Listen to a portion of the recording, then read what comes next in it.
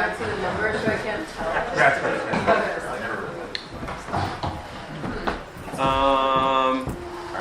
I'll welcome everybody here. This is the Nonschool. We're here for a little while, but we'll be doing stuff other places, writing workshops, talks, get the idea.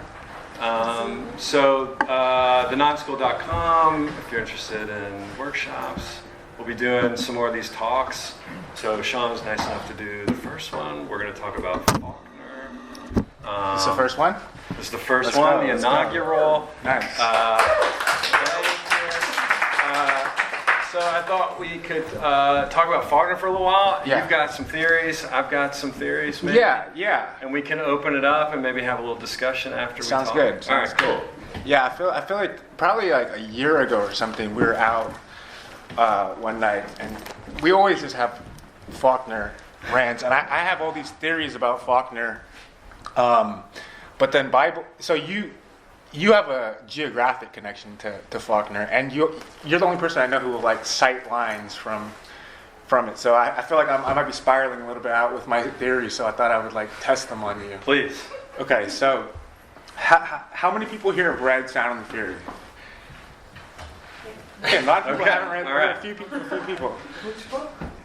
The Sound and the Fury. The Sound of Fury? And the Fury. I haven't read it. Okay. All right. Well, I guess with how do I start that doesn't alienate everybody? Do you want to give I hesitate to even. No, this is also your first but, non-school idea. I can't just completely spiral. Well, no, I was thinking, like, how do you summarize the plot? Yeah. The sound. Okay. I don't know. Well, I guess I've been thinking a lot about, in today's publishing industry, or writing in general. I imagine a lot of people here are writers. Like, on the one hand, you are trying to write something that's appealing to people, like a TV show is appealing. But then when you look at kind of like, great, quote unquote, great works of literature, like what makes it a great work of literature, going back before the novel, like to the Bible, like, and trying to identify what those books are doing. So Sound and the Fury is Faulkner's book that he wrote when he was about 30, right? Faulkner's born in 1897, and he wrote a couple books in his early 20s, and then they didn't sell at all, and then he kind of snapped, and in his late 20s, he wrote this book, Sound and the Fury, that was pretty much incomprehensible to a lot of people for a lot of years. But now is looked at as a really important, book, and I've read it a bunch of times, and I do a lot of rants about him. But the thing, so I guess when we're thinking about like writing a book, a lot of these books that, whether it be Dante or Sound and the Fury, or like these books that are canonical, like what they're doing is retelling the Christ story, and the Christ story is retelling the story of Adam and Eve. Okay, so like I guess like so Sound of the Fury is set. It's a retelling of the Gospels. There's 4 books, and it's set over Easter weekend, just like Dante's Inferno is set over Easter weekend. So and the element. So what is the Adam and Eve story? The Adam and Eve story is the challenge of men and women coexisting together. So the story of Adam and Eve, the fall of man, is the story of a man who's in control, and then a woman who gets tempted by a snake and leaves his purview. Okay?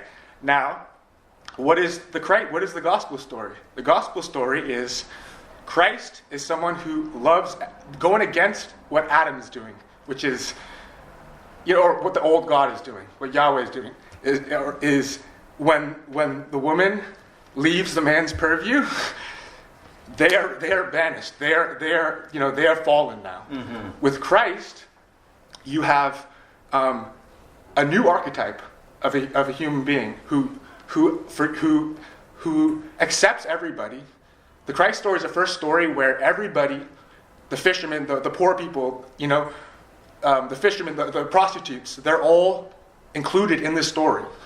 And it's about Easter weekend's about Christ's crucifixion and resurrection. What leads to that is Christ forgiving Mary Magdalene. Mary Magdalene is the ultimate Eve. She's the woman who was a prostitute her whole life.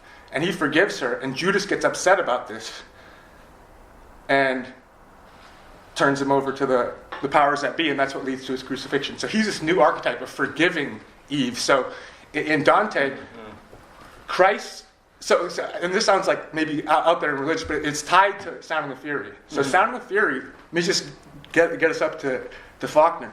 In Sound and the Fury, so Faulkner had a woman he was with in high school. It was his high school sweetheart. After high school, he started trying to be a writer, and he was a failed writer. And she left for this other guy who had a good job in Hawaii. And she went and lived with him and had 2 kids with him. And then their marriage fell apart, and she came back. She's this tarnished woman for Faulkner. She betrayed him. She came back to town. He took her back. They got married right around the time when he's writing Sound and the Fury. So he's retelling.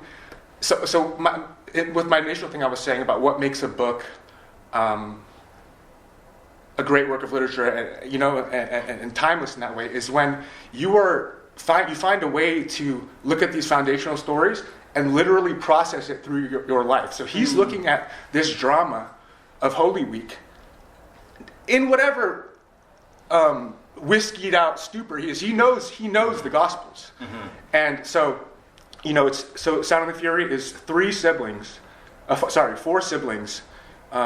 Quentin, who is a genius writer guy, who's kind of like Faulkner. Jason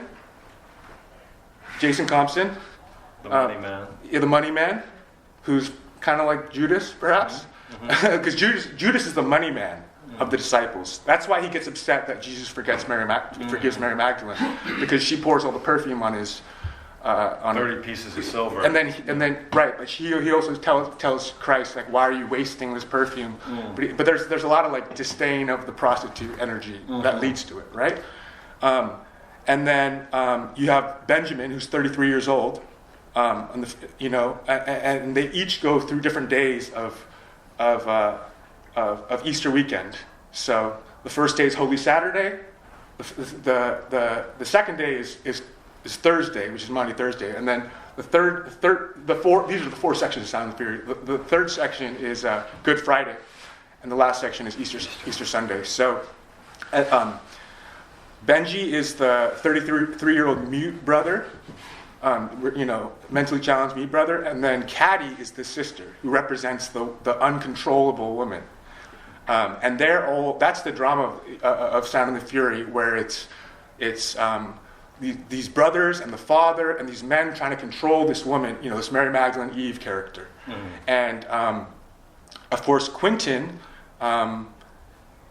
there's like some incest stuff, because they're all remembering the stuff that happened in high school, and Quentin has this like incestuous relationship with Caddy, where she's in high school and she's running off, and they're like wrestling, and it's unclear whether he impregnates her. But he kills himself at the end. So spoilers, sorry. But he kills himself at the end of his chapter on Thursday night. Just like, what does Judas do? Right. He kills himself after he turns him in. Or what does Christ do? Sacrifice. A sacrifice is a type of suicide also, which Dante, and so this is interesting because Dante's Inferno is also set, the 3 days of Dante's, Dante's Inferno is all of Good Friday. That's him imagining himself dying, like going into the underground, like Christ. Purgatory is him coming up the mountain, and then at the top of the mountain, he goes to Garden of Eden, and then a woman leads him into the heavens in paradise. So I guess I think the aspect of Faulkner's, because Faulkner didn't have a sister, right? But I think he's worked. So I think like this question of like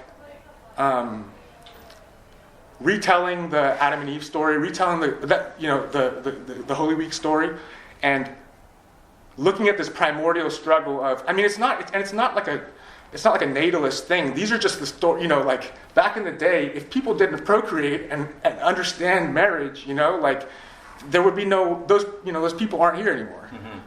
So I think there's something about that challenge filtered through, and then so what would be the continuation of these stories, right? Like these great stories that, the one to me that's most in that lineage is 2666 by Bologna. And so what is that story today? That story is about the femicides, written by, South American writer and written in 2004. That's about the femicides in Mexico of a series of rape murders that went unsolved. No one even, it happened in just south of the border in Juarez. No one even, they're just, no one even, this is a real thing that happened. So it's like this, that's like today, that's what this challenge of coexisting is. What do you think about that? Well, I think that's a damn firework of a theory. That's wild. I mean, you never thought it. You never think of that like that. I definitely noticed the sort of the Easter, right, and that stuff. I don't know if I've penetrated enough to Dante and to that whole thing. It's really, really fascinating. I mean, I would only add that I think there's a layer to it of the South, where that civilization, Faulkner would talk about it as this cursed civilization. Slavery was that curse. And so anything that happens in that civilization is cursed in a way. So then what that means to procreate that society, this ill society, is very, becomes the question of the book. And this family, the Compsons, were, an elite aristocratic family during the Civil War. And Absalom, you sort of tie back a lot that stuff, the Yoknapatawpha series, like, this is all one big, big story. And the Compson part of it is the end, this last gasp of what the Southern aristocracy and the Southern sort of culture was. And I think, there's another piece of the book too. So my little bit about the book is, what he said is, they asked him how he got the idea. And he said, I had this vision of a girl in muddy underwear. She'd been in the creek playing. And they had told everybody to get out of the house. She had 3 brothers. She's the only girl. And there's something going on in the house that they weren't allowed to see. And so Caddy was the only one brave enough to climb the tree and look in and see what was going on. What does that mean, climbing the tree? On the cross. On the cross. There's a lot of this stuff, and there's a whole river scene, and that's the incestual. There's a lot of biblical stuff. Keep going. No. And so Faulkner said, okay, who was this character that was brave enough? Who was this girl that was brave enough to climb up in the tree and look in? And he said, I started with each brother and tried to tell the story. Yeah. The first brother was Benji. He's an idiot of the signifying nothing of the title. A mentally handicapped narrator. And deaf mute, but he can't hear. He can't speak. Everyone thinks he can't hear. Right. And it's told from his perspective. So we're just awash in his perspective. Time is, and we're going to talk about time because that's a whole other thing too, but we're blending in and out of time, and memory doesn't have any sort of distinguishing features here. And there's even a point where they're putting a sack over his head, and they said when the sack goes over his head, the world disappears. Everything that when he closed his eyes, the world was gone. That was the world to him. He's just emotion. That's all that he can understand. He's no intellect at all. And then the second chapter is the next brother, Quentin, who's a genius, who's at Harvard, and he is at Harvard because they have sold Benji's mile to a golf course. And so the book opens with these guys going, caddy, here, hit, caddy. And they're talking about golf caddies, and he thinks they're talking about his sister. And so he starts to have all these memories. So then the third brother is a materialist. He's the money man. And then, he's dealing with, there's a lot of other stuff. There's a second daughter who's also named Quentin, it's very confusing. Yeah, and then the final chapter is Dilsey, who was the African-American kind of maid and sort of center of the family. But what structurally is really interesting about the book is that you might think something would happen where you would start with a very particular type of narrator that makes a lot of sense. And then you would go into abstraction. That might be an angle for a book. But he reversed it. He starts with something that doesn't make any sense at all. And each subsequent section becomes more and more lucid until we're finally at the fourth section, which is not a first-person narrator, which is third, which is in Faulkner's voice. And then it kind of comes around to this thing. But then the motherfucker waits 10... It doesn't sell anything. The French have to rescue him and make him famous and give him a Nobel Prize. But then, I think it's 10 years later, he's like, oh, well, I didn't really finish telling the story. So I'm going to write an appendix. Mm-hmm. And Caddy, who in the story ends up with getting impregnated by Dalton Ames, this kind of traveling, I think it's a circus. Arguably. Yeah, traveling guy. Yeah, maybe it's... Yeah. And Quentin offers that he's... I think it was Quentin. Right, yes. Maybe there's... I have evidence. That Quentin says that I impregnated her, and somehow, I never really understood this, that like, having sex with your brother and having a child out of incest was better than like having sex with like a traveling circus guy. Right. Yeah. Well, it wasn't good. He killed himself. Yeah. No. Yeah. Right. No. He didn't think it was good. He's It was like, but why he would say that, and there's like that. It will get him out of it anyway. So he takes the dip in Boston and jumps off a bridge. If you ever go to Boston, there's a plaque, and in Benji's chapter. Caddy's always associated. Caddy smells like trees. Yeah. She's always the smell. And to Quentin, she's honeysuckle. Mm-hmm. And that's this perfume. This perfume. And on the plaque in Boston, it says Quentin Compson, and the years is his birth and death, and it says drowned in honeysuckle. Damn. And he goes over the bridge. And there's this beautiful section in the Quentin section. I mean, I could go on and on. Yeah. And he meets a little Italian girl, and so on and so on. Yeah. But I think, the religious stuff is there. I mean, it's there. It starts out, it's Benji's 33rd birthday. Mm-hmm. And like the first line, he gets snagged on a nail. And that's when everything spirals out and he starts remembering everything. Mm-hmm. That's the nail, the crucifixion. Right. But so in terms of first of all, the structure stuff is just him reading Ulysses mm-hmm. by James Joyce right before, and taking a couple techniques that he's doing and making them insane, mm-hmm. right? But Ulysses is also about this, okay? Ulysses is about Leopold Bloom, a guy who's getting, and just him, a guy whose mother died and his father killed himself in response to his mother dying, and his son died, and his wife, Molly Bloom, who's Penelope is cheating on him with Blaze Boylan, doing the huge cock. The singer, yeah. No, that's what she says in the book. I'm just quoting. But he's a guy who's getting cucked, and he has to deal with this shame. This is what very much so. Yeah. Do people not know? This is what it's about. Yeah. This is what the book is about, and he's trying to deal with it. And then it ends with Molly, like basically saying yes to him, and him being able to deal with that male, rage of.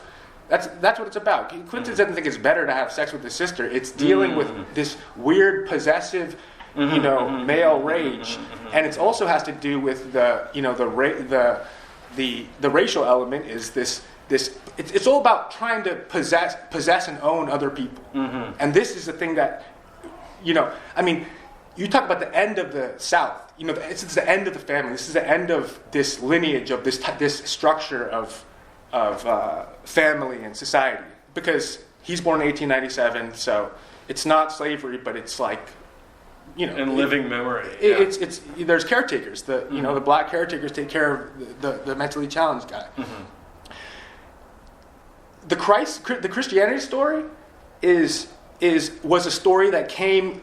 I'm not trying to proselytize like religious. I think it's interesting to look at these stories as stories that came and changed society, because I think that's what we should be trying to write. Mm-hmm. But the Roman Empire was majority slaves, mm-hmm. right? So you have like you have a small portion of people who are above everybody else, right? The religious stories preceding Christianity were all isolated heroes battling it out, and you're not supposed to think that you can incarnate the idea. The Christ story ends this. The Christ story says there is, like I said, publicans, taxmen, fishermen.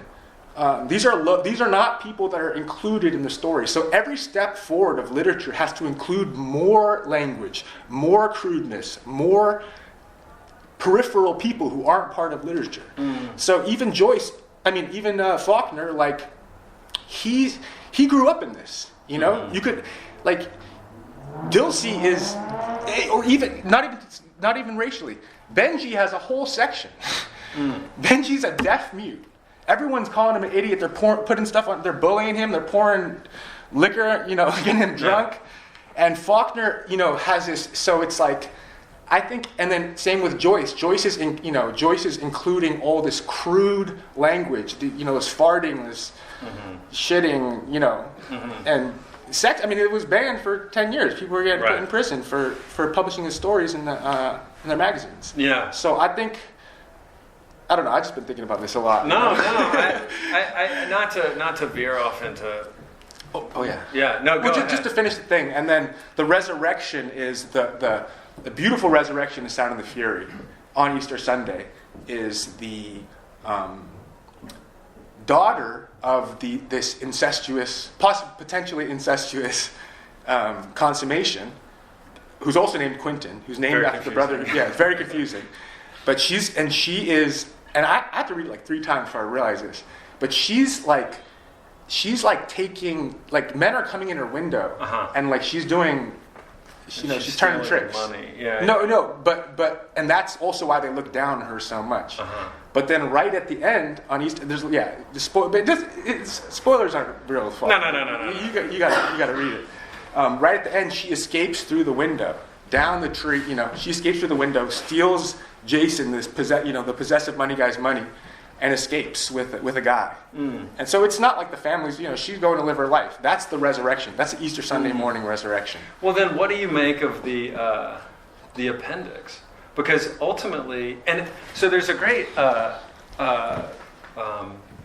professor at Ole Miss, Don Cardiganer, has this theory about how the structure of it is kind of like a donut. That Benji has a chapter, Quentin has a chapter, Jason has a chapter, Dilsey has a chapter. 4 Gospels. Caddy doesn't have a chapter. Caddy is the center of the book. She's arguably the main character, but she never speaks. She's only spoken about, and she's only remembered. She's Christ. But in the appendix, where does she end up? With the Nazis. So that's right. And he does this, and he was drunk 10 years later, just making stuff up. But he also it also starts the very beginning of that family, and the other thing is he said to understand America you have to understand Mississippi, and I've often thought about that, and the thing I always say is Mississippi is the poorest, dumbest, fattest state in America, and it's full of geniuses. And then the other thing that I'm starting to believe is that America is the Mississippi of the world, in a very real way. And it's like there's something there's a kind of I don't know. A mystery down there of how people live and how you negotiate all of these ghosts. These are real living things underneath the feet. Like people used to talk about the Natchez Trace, like you couldn't put a shovel in there without spitting out blood. Mm. Like just everything down there is kind of corrupted and cursed. And Caddy's no different. there's this sort of Old Testament kind of judgment hanging over all of them. And they're searching for a way out, searching for a sort of redemption. And some look to money, some look to have only ignorance, some look for intellect, some look for culture. And none of it quite fits. And Dilsey, who we haven't really given much time to, we should talk about, is this center and is the lowest sociologically, and yet the highest sort of spiritual person in the whole novel. And she's holding this family together, probably against her better judgment. Exactly. And and not to skip around. But it's loving how Faulkner writes. Absolutely. And there's a difference between, the things you have characters say, and the general, worldview that you're conveying through the book, because the Jason chapter is crazy. I don't know if you guys read it. It's his perspective. Once a bitch, always a bitch. That's what I say. That's how it starts, and it's just like, but it's the epitome of the misogynistic, materialistic, like owning others' view. Yeah. Damn. I forgot what I was going to say. Well, I was just gonna, and we don't, and I will try not to do the my forever move of turning towards Beckett. But the thing that I find fascinating about the Joyce and perhaps maybe the Faulkner thing, and there's maybe some analog kind of going forward, or maybe this is an interesting thing to think about, is that the Joyce project really was to put everything in, to try and get everything in. I mean, Finnegan's Wake is a book of a conglomerate. It's not even really written in English. It's written in a sort of portmanteaus of 17 different languages, right? Yeah. They're internal jokes, self-referential. He spent 17 years writing it. He said, you should spend 17 years reading it. This just the most maximalist thing you could ever think of. And his scribe secretary at the time was Samuel Beckett, who goes through the war, stabbed by a pimp. His friends, he joins the French resistance. His friends are sent to concentration camps, barely gets out of Paris, heads to the south, and is eating potatoes for 2 years and digging, has nothing, absolutely nothing. And so he comes back to write, and his project then becomes not one of maximalism, but one of negation. Faulkner. Beckett, okay. You're on Beckett. I've spun off into another modernist. But I think I'll come back around to Faulkner, I promise. But I think his idea was that, I think is the first gasp of the sort of postmodern project, maybe, I don't know, those terms are exact, Beckett. Okay, yeah. In that, that this forward momentum of, we might go back to Ulysses, back to Homer, that there was this progression, that we were getting better, that even in a certain sense, like the technology of forgiveness in Christianity was moving forward. And Beckett is arriving post 45 saying, look, we have now the ability to destroy ourselves over and over and over again.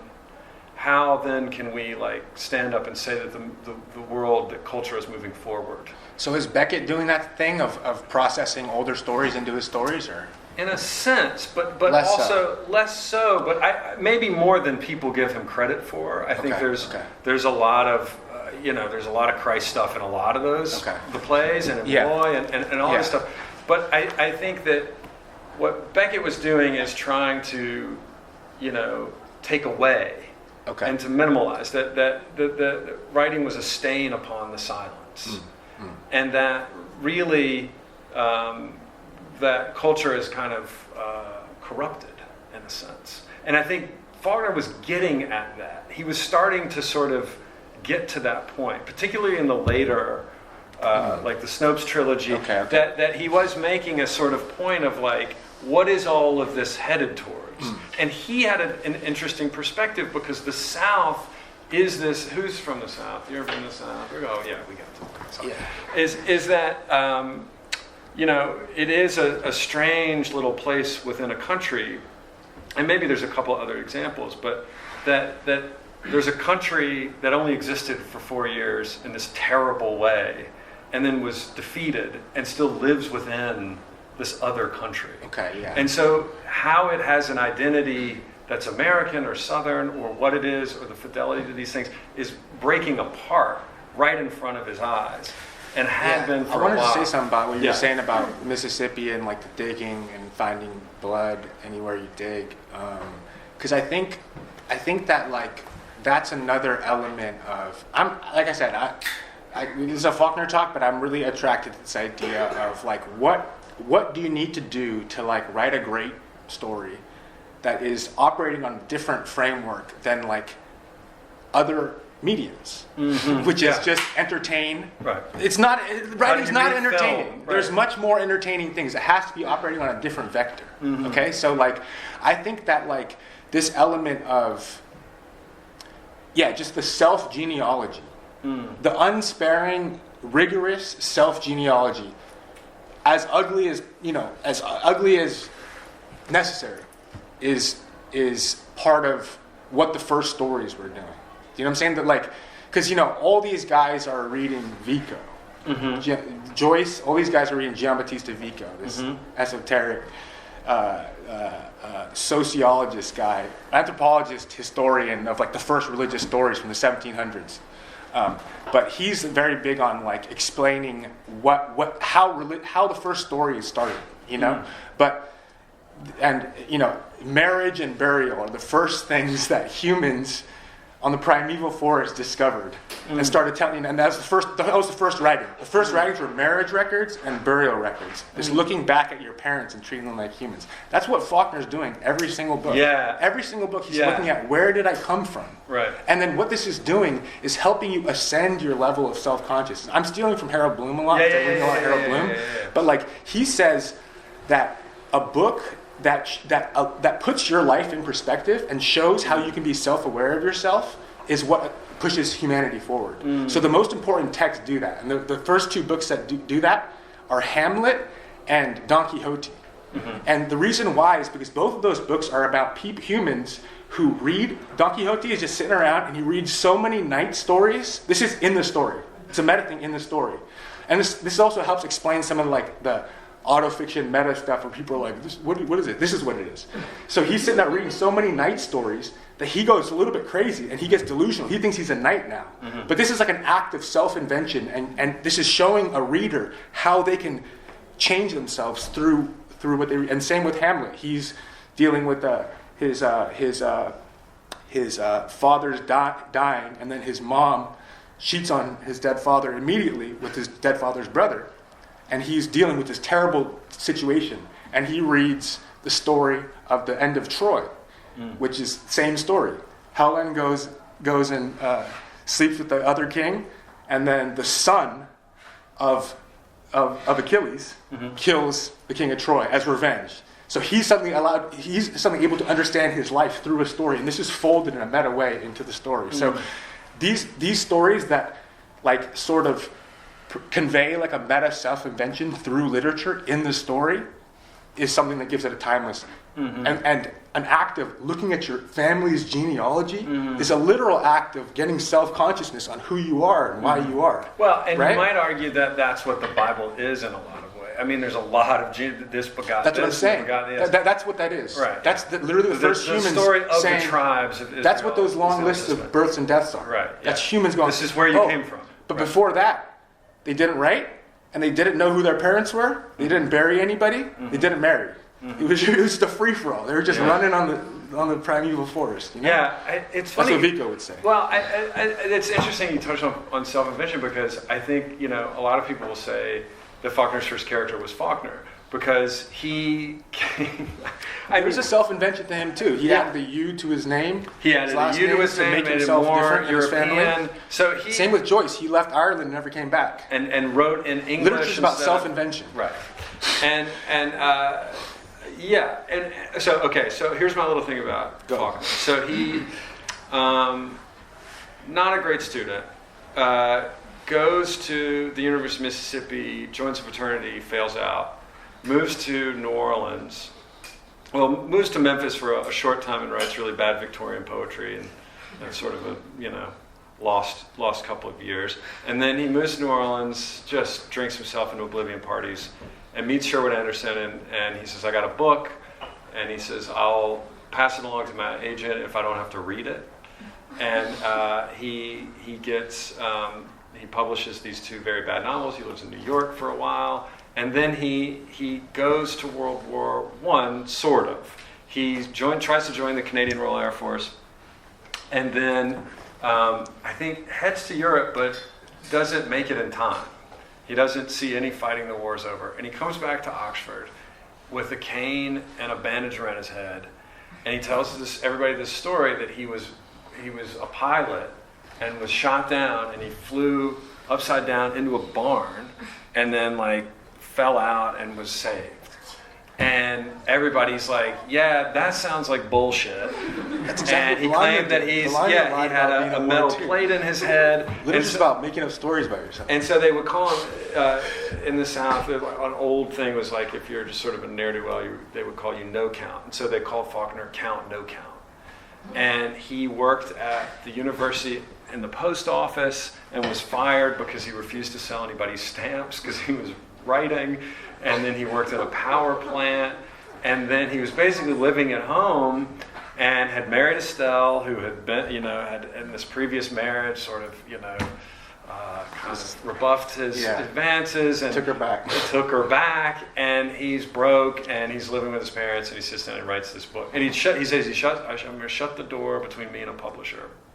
And he writes The Sound and the Fury, arguably one of the greatest works of the 20th century, if not all fucking time.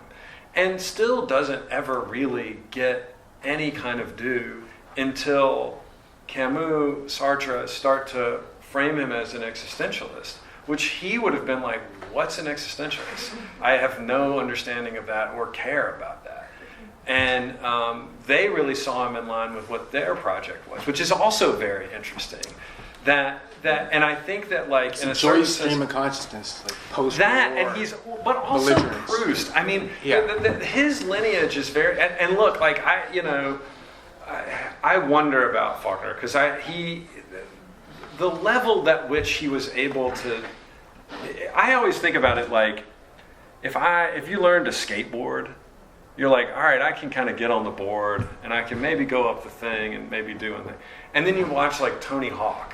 And you're like, okay, I know how to ride a skateboard, but I can't do that. Do you know what I mean? It's like with Faulkner, it's like, I can write in English, but I don't know how the fuck you got to that.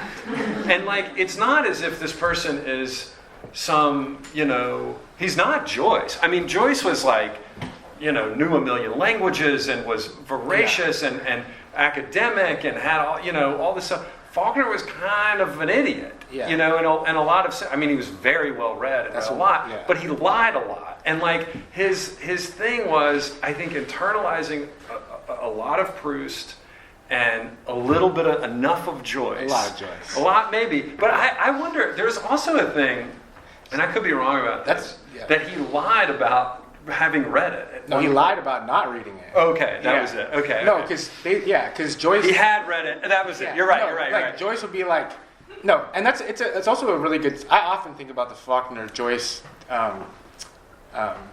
dynamic with nonsense questions about influence.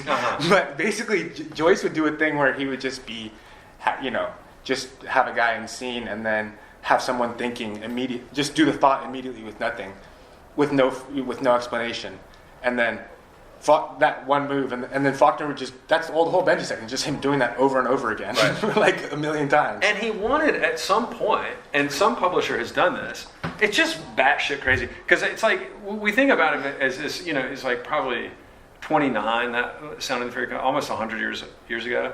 That he came to a publisher and was like, I'd like to. There's all these time jumps, and the way that they do the time jumps are through italics. Yeah. And in Quentin's section, it gets a little crazy and kind of goes off the rails.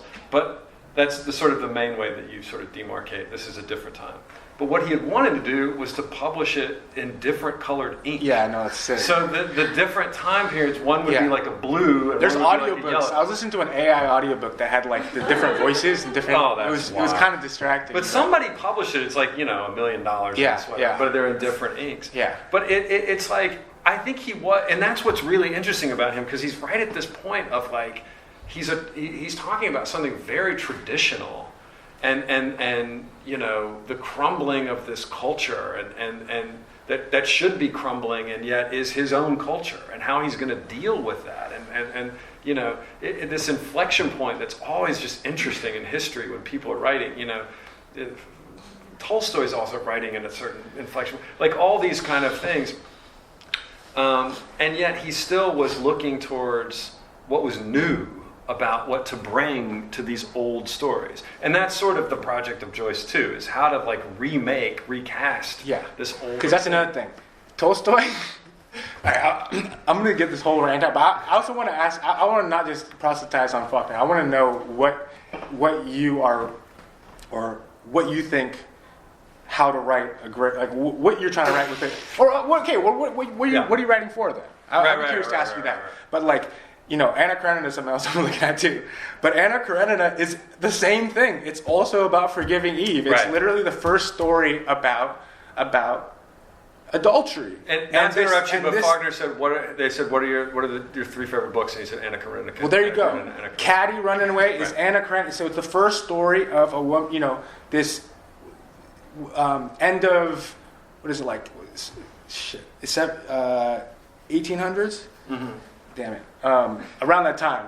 But, in Russia, they're like, is marriage that important? And it's the first instance of focusing on a story of Eve leading in the garden, adultery, and the complete havoc it wreaks on everybody, include or the terrible. It's not. I'm making it sound like everything is about. No, I think that theory stands. I think every story is about Adam and Eve. Well, every great story. You can write about something else, but it will not be considered a great story. You're probably right.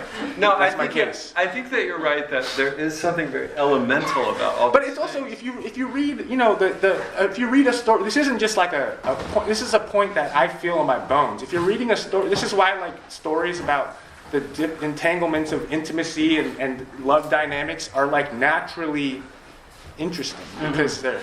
Should we ask people questions? Yeah. But what were you going to say about? I don't want to go too long, but I want to say something else about Faulkner, which is that I think that he had this, or he does have this reputation as a very sort of venerated, important American author, and I really, really hate that idea. I really hate Bye, Rebecca. I hate the sort of the worship of writers in that way. I think oftentimes, like when I'm working, it's easy to get frustrated about the publishing industry or an audience that isn't there for a certain type of writing, or the financial nature of just being an artist or any of that stuff. And I find real comfort in going back and reading the biographies of writers, not because I'm necessarily like sifting through to sort of figure out how to do it, and more just like a comfort that they were going through the exact same things that we're going through, that we're all sort of trying to do. And they're facing very similar headwinds. Faulkner was in many, many ways a genius person that, and I don't mean this in a to be overly superlative, but much like Shakespeare, that is this figure that is not coming from the academy, that is not coming from sort of anything important, who is, if anything, kind of a little bit of a lying piece of shit, who was also a little bit Proust is like that. Just this kind of guy who was coming around being like, y'all just wait, I got a big one coming. He's a self-inventor. And this self-invention, but he had a lot to back it up. Like he really was working on something that was pretty good. But he also was, you know, I mean, he didn't get a lot of critical acclaim, but he had a publisher who published him, you know, and put him in the modern classics, stuff like that. But that was the whole presentation of him. This is the unrefined. This is the you know, the guy from the South who's not Henry James or whatever. No, you know? But right. that in itself is you know, a kind of like Christ-like. That's a good moving literature forward of just. I mean Christ-like insofar as what this idea of inclusion of the peripheral into this rarefied category of literature. Right. Faulkner himself is an instance of like including these slangs and sensibilities. These people, but this happens over and over. This continues to happen, and it's always a radical act when you do that, and that's what we're doing. Yeah. And Is what I'd say. I think you're absolutely right. I mean, he and what his legacy is to people, you know, I don't know, but you think about writers in a way where you just kind of go, okay, it's not just that he was prancing around and he's living in his parents' basement and he writes this book. He then writes, in 4 years, 5 of the best books ever written, just in succession, as if it were like breathing. And in that time, he loses his brother. He bought a plane for his brother, and then the brother wrecked the plane and died. Yeah. I mean, and you know, he's having affairs. He's going to Hollywood. He's writing, you know, all of these things. And really is like... Same with Shakespeare when he wrote Hamlet. He just lost his son and his dad. Right. And I've been thinking about this and about like, and maybe this is a little different, but you know, he gets on a run, Faulkner, in 30s, and it's like, I mean, he does like As I Lay Dying, I think Wild Palms is in there, Absalom, Light in August. I mean, just right, boom, boom, boom, boom, boom, boom. And then, you know, it thins out. I mean, he starts to drink a little more and it gets a little not as great.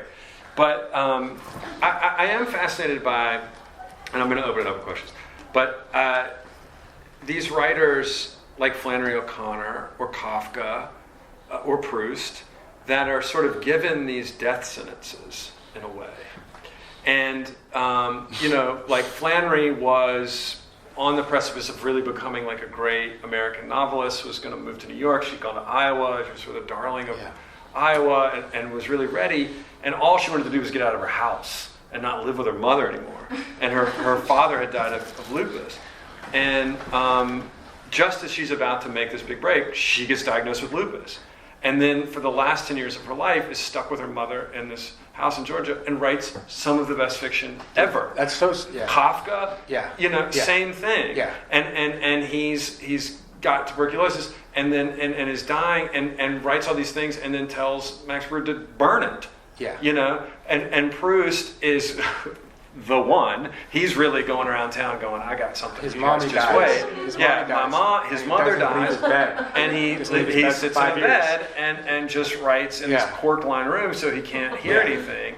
And I think that there's something about, I've been thinking a lot about, is that the writer really has to come from a place of exile and a place of illness and a place of death and really write from that position and and to find the life out of it. And so that's why people like Faulkner, people like Beckett, to me, are and Virginia Woolf and Carson McCullough. I mean, there's a lot more, but like that they're dealing with whatever the wreckage is of that. And the last sort of shards, the last sort of fragments of humanity. And I'll end it here. Yeah. Well, one last thing. Go ahead. Is my one of my favorite Beckett's plays is Happy Days, and it's about a woman who an alarm clock rings, the lights come on, and a woman's buried up to her waist in sand, and she's got pearls on, and she's got very coiffed hair and a nice dress, and there's a bag, and she kind of looks in the bag, and she's got a mirror, and she does her makeup, and then she starts to brush her teeth, and there's a pistol, and she kisses the pistol, and she goes, "What a happy day. What a beautiful, happy day."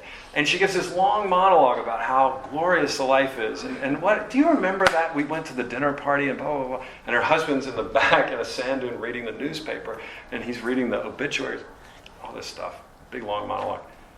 The first act ends. Second act, same thing. Alarm clock goes off, the spotlight comes on her. And now she's buried up to her head in the sand. And she says, "What a happy day." And so I think that in a similar way, Faulkner is okay. And I'll end it. The appendix of The Sound and the Fury starts with the first Native American that comes to Yakapatawpha County, to Mississippi, and the very beginning of this town. Genealogy. And it goes, this whole genealogy. It's exactly the Bible. Begot, beget, whatever. And begot, beget, I don't know. Yeah. And it comes down, and the final one, the final entry is Dilsey. And it just says, they endured. That's the end of the book. Is that through all the wreckage of American history, of the South, of the Civil War, of the civil rights, of like all these things, and Faulkner died in 1963, just before James Meredith, the first African American, came to Ole Miss. It's like all of that, somehow they endured. And that the Nobel Prize speech, the last ding dong of doom and the clang of the dime, there'll be one puny, inexhaustible voice remaining. Damn. And I think that's crazy. That's it. That's what I feel like that we're trying to do. That irregardless of what's happening in the world, that literature is that one puny, inexhaustible voice still talking. I'm glad you said. Yeah, I'm glad you said all that, because I wasn't trying to say that you have to take my kooky Eve theory to write great literature, or you have to understand these huge texts to be able to write anything valuable. I'm saying there's to maybe have a less morose view of you saying you must be exiled, you must be dealing with death to write something great. I would say that there's a different vector of the search that has a larger value that isn't related to like what is immediately palatable to people. That has to do with like literally trying to heighten your self-consciousness or whatever, however you interpret it. This sort of like self-investigation that often happens when you're in a state like that, where you're not trying to please a publisher.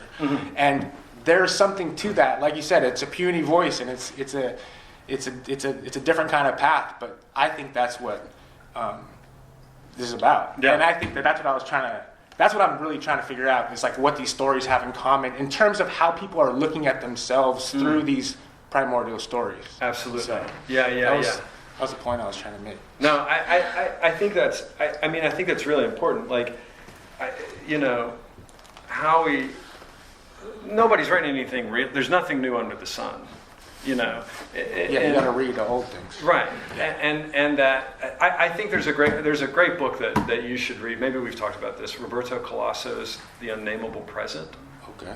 It was written in like 2015, and he deals with a lot of this stuff now. I mean, he passed away a couple years ago, but kind of was writing this right before 2016, sort of Trump came in office, but it really is dipping back into finding these threads of things, and that literature can be this, or it should be this thing that's dealing with something spiritual. Yeah, precisely. And that we are living in a kind of secular society that's constantly about performance and efficiency and doing better and striving for something and wanting something and desiring something, so much so that we don't even entertain another possibility. And here, going back to the ancients, are people telling you, no.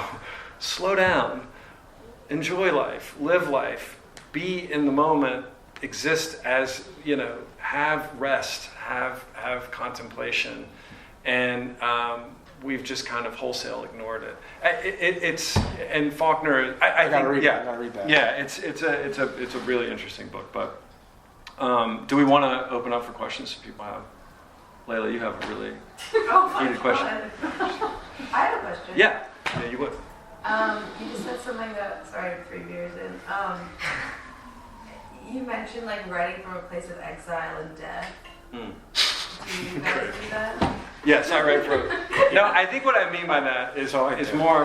Or does it require that? No, I don't know that writing requires anything. I mean, I would, again, I'd be hard pressed to sort of set about any kind of ideology about anything, but I do think that there's something about writing from a place of deficiency and writing from a place of ignorance rather than from of knowing.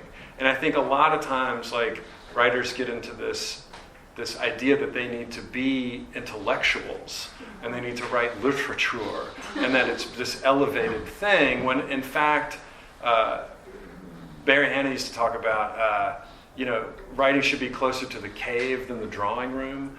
I sort of say this over and over again, but I think that that's what we're talking about, is that like it's a sort of campfire thing, that real literature comes from, and it's not an erudite intellectual enterprise. It's actually something that's really much closer to like a daily bread. That this is just something that is for nourishment. It's not a fancy, beautiful souffle.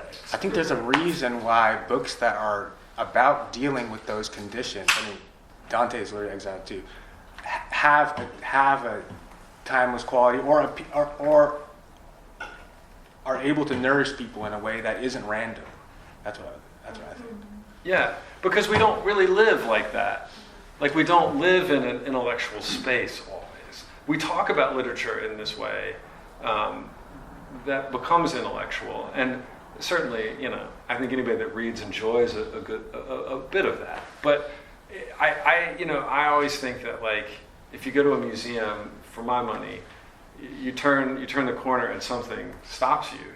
That's the important thing.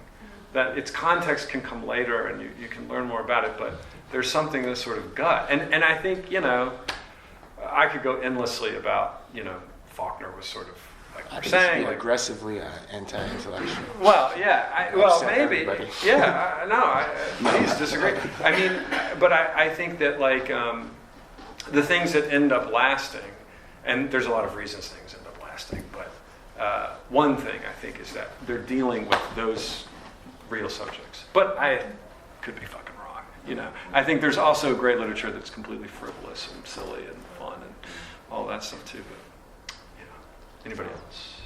Yeah.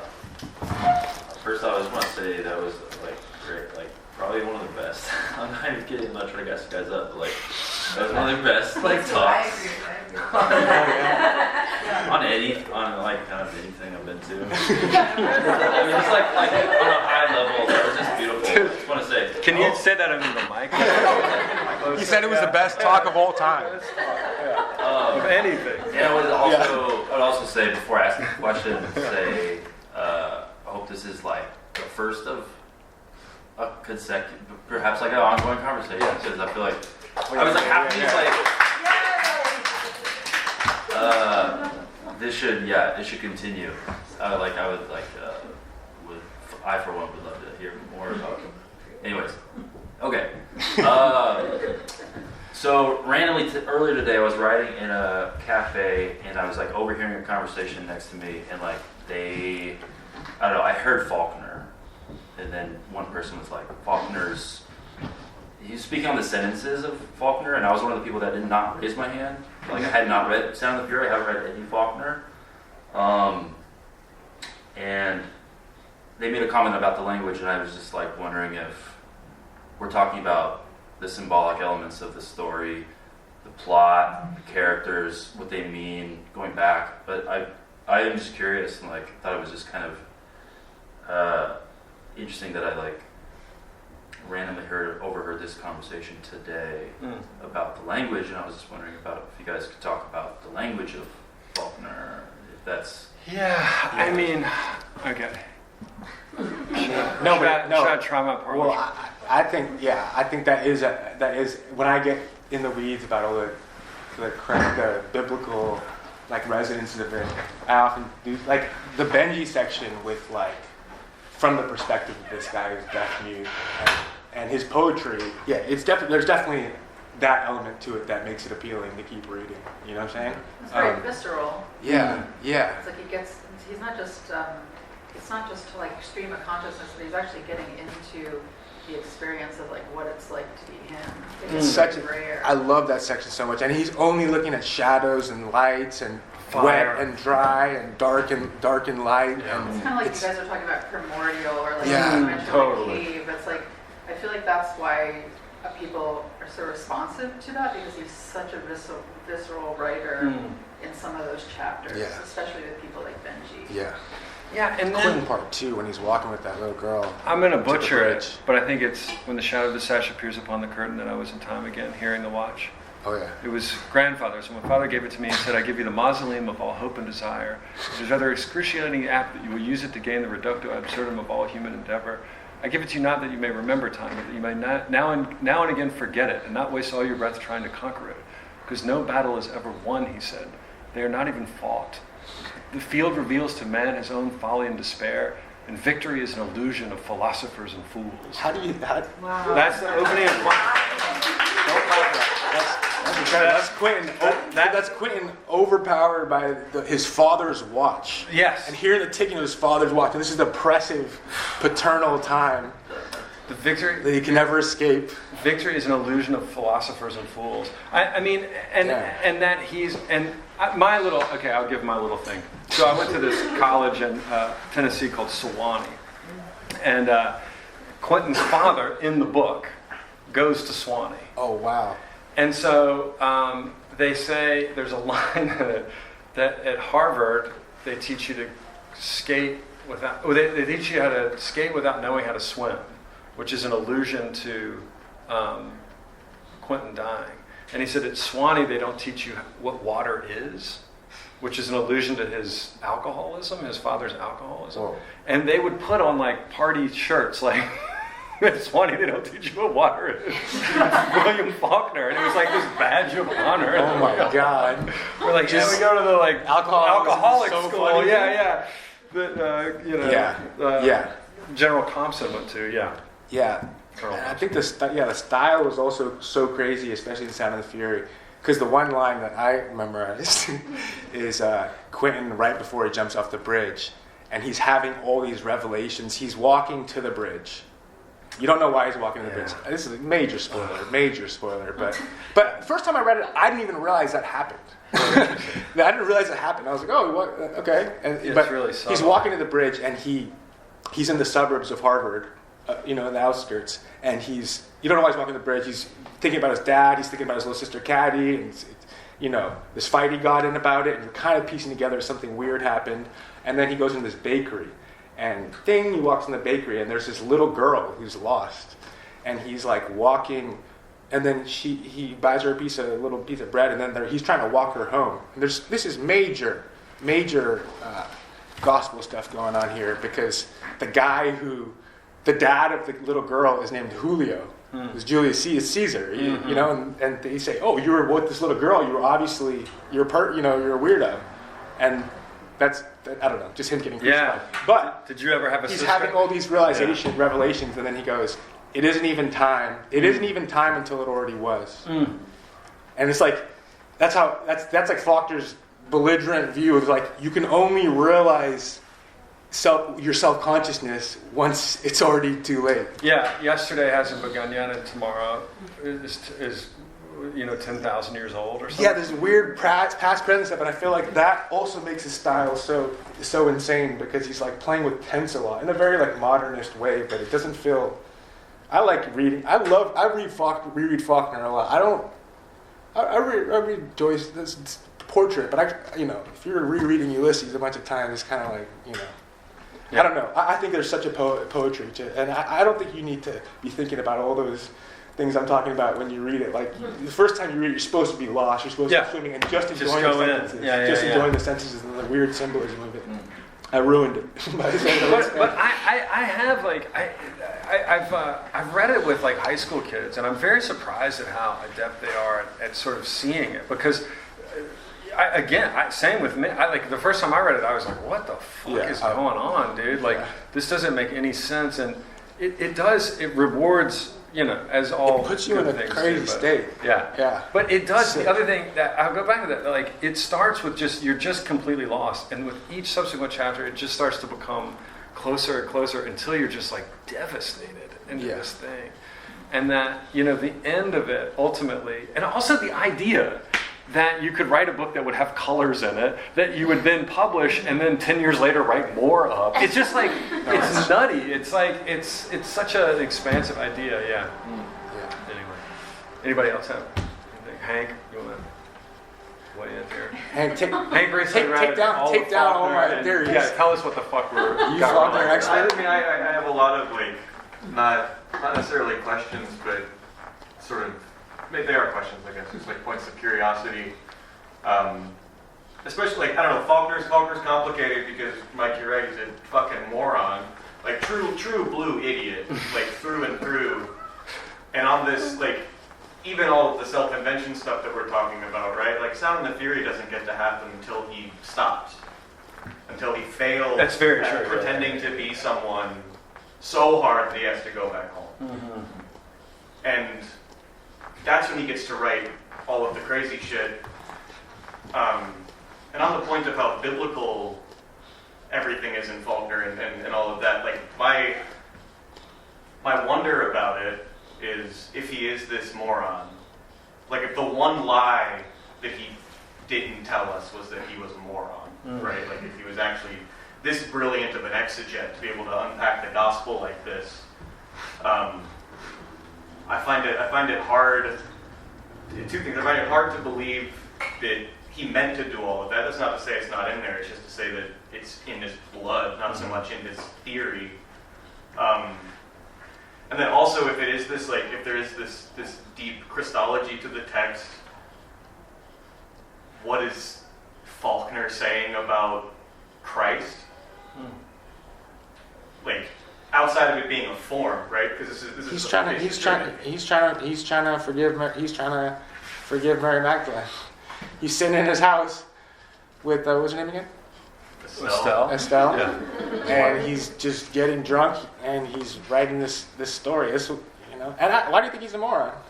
I agree. I don't know that he's. I think he's a genius. He has a different lexicon that he's introducing into. I think what you mean, he's not different like logic. Traditional. No, but he's not a theorist, right? Like even at Faulkner's most. There's who I think maybe Joyce was. No. This is what he was doing. He was reading the Bible. He was reading the Bible. He read the Bible a lot, and then he would just start writing. I mean, there's literally the Absalom. He wrote a book called Absalom. Right. This is from the Old Testament. This is from Samuel 2.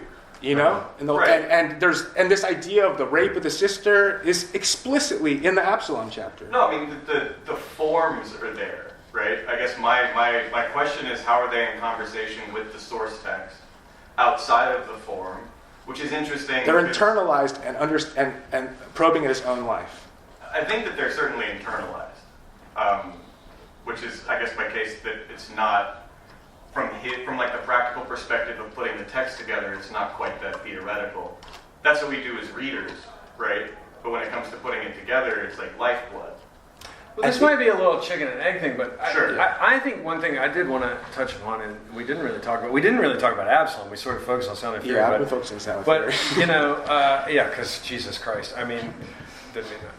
Yeah. But we didn't really talk that much about race, and I think that it's obviously there in the Sound and Fury, but there. Very much in Absalom. I mean, the whole book Absalom's is about... Old Testament, yeah. Yes, exactly. Fury is the gospel. And I think that, and there's...